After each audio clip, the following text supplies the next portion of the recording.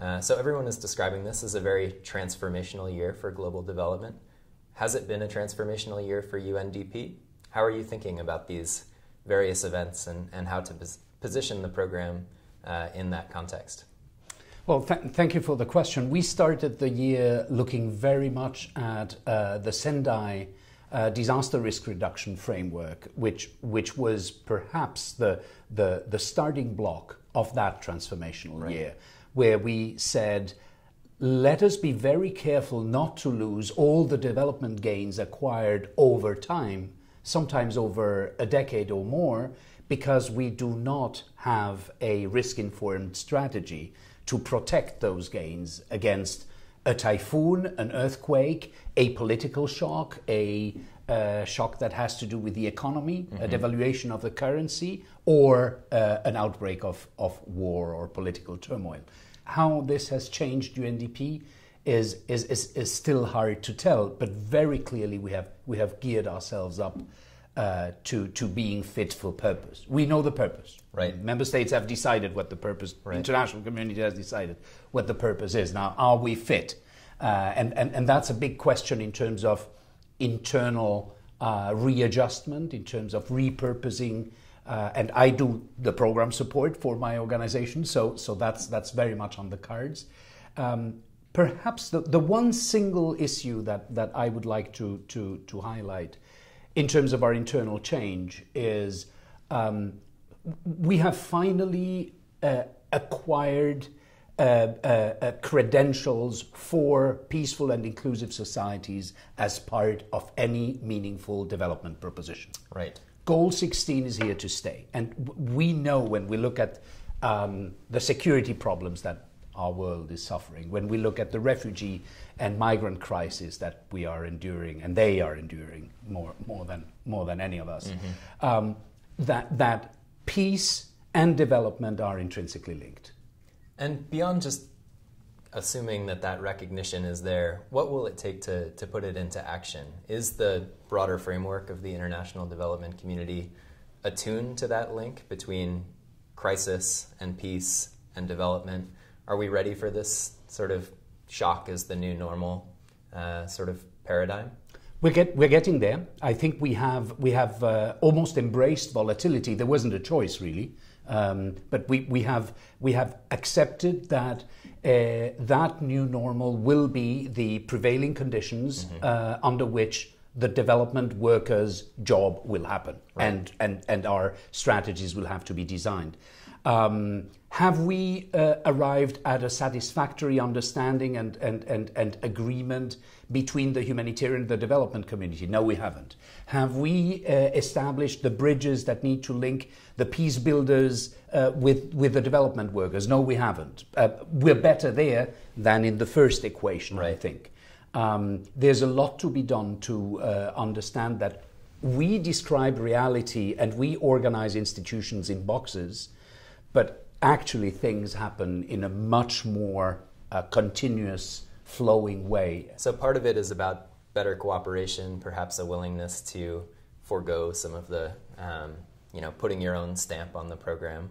But beyond that, I mean, what are some of the attributes that you see organizations have in common that are successfully sort of navigating a world where shocks are more prevalent? I mean, what makes, at the organizational, operational level, what predisposes an organization to success amid ongoing crises, unpredictability, a situation where sort of a 5-year plan maybe is not, going to always lead to the best results? What do you see successful? Flexibility, fundamentally flexibility. If you have a flexible funding base, if you have flexible capacities that can be deployed almost on a day's notice, if you have flexible structures that you can assemble and unpack as the need arises, you will be more successful than indeed if you have your GOS plan, and you have figured it all out. You know what will happen in year 4 and in year 5, and you won't, or you will suffer from moving away from that very well planned journey. We are asking donors to be more flexible with their funding, to allow us to respond in a flexible manner by trusting us with the credit card. Mm-hmm. Give us the credit, allow us to have that buffer so that when the problem hits, we can respond. We're trying to do that with our staff and with our structures. One of the symptoms, to me, of flexibility, which is something that UNDP has done, we have sent 40% of our staff out there, meaning don't sit in New York waiting for the problem to happen and then to be deployed. Be closer to where it is inevitably going to happen. Right. We know that the cyclone season will hit the Caribbean. We know that. There's no question about it. It's just a matter of intensity, right, of which countries and exactly when. But we know when the season happens, and we know that some structures don't have the capacity. So having people who know about disaster risk reduction sitting in Panama makes more sense than having them sitting in New York. Just those elements of flexibility, of funding, of capacities, and of structures, I think will go a long ways in terms of success. And are you finding receptivity to that message? Are your donors, willing to sort of say, we recognize that this is the new reality, we'll take a step back from some of that, oversight and control, and allow for the possibility that UNDP is simply better positioned to judge things as they evolve?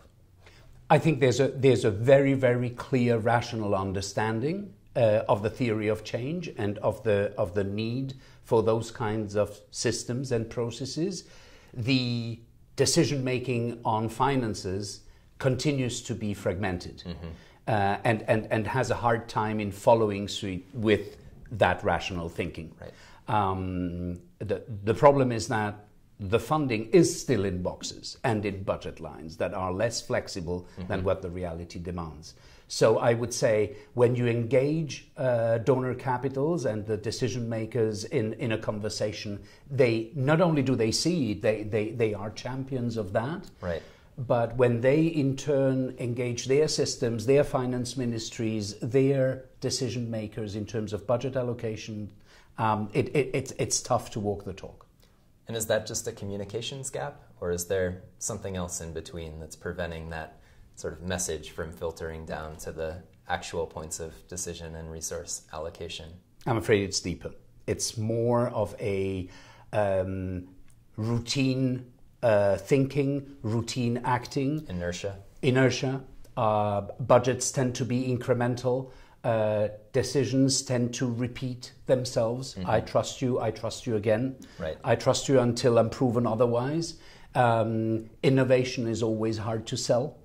New ideas tend to take time to until they're not new anymore. Right. Then everybody embraces them. So we fight against, at the end of the day, a community that is pretty traditional in their ways of working, of operating, and of being funded. Right.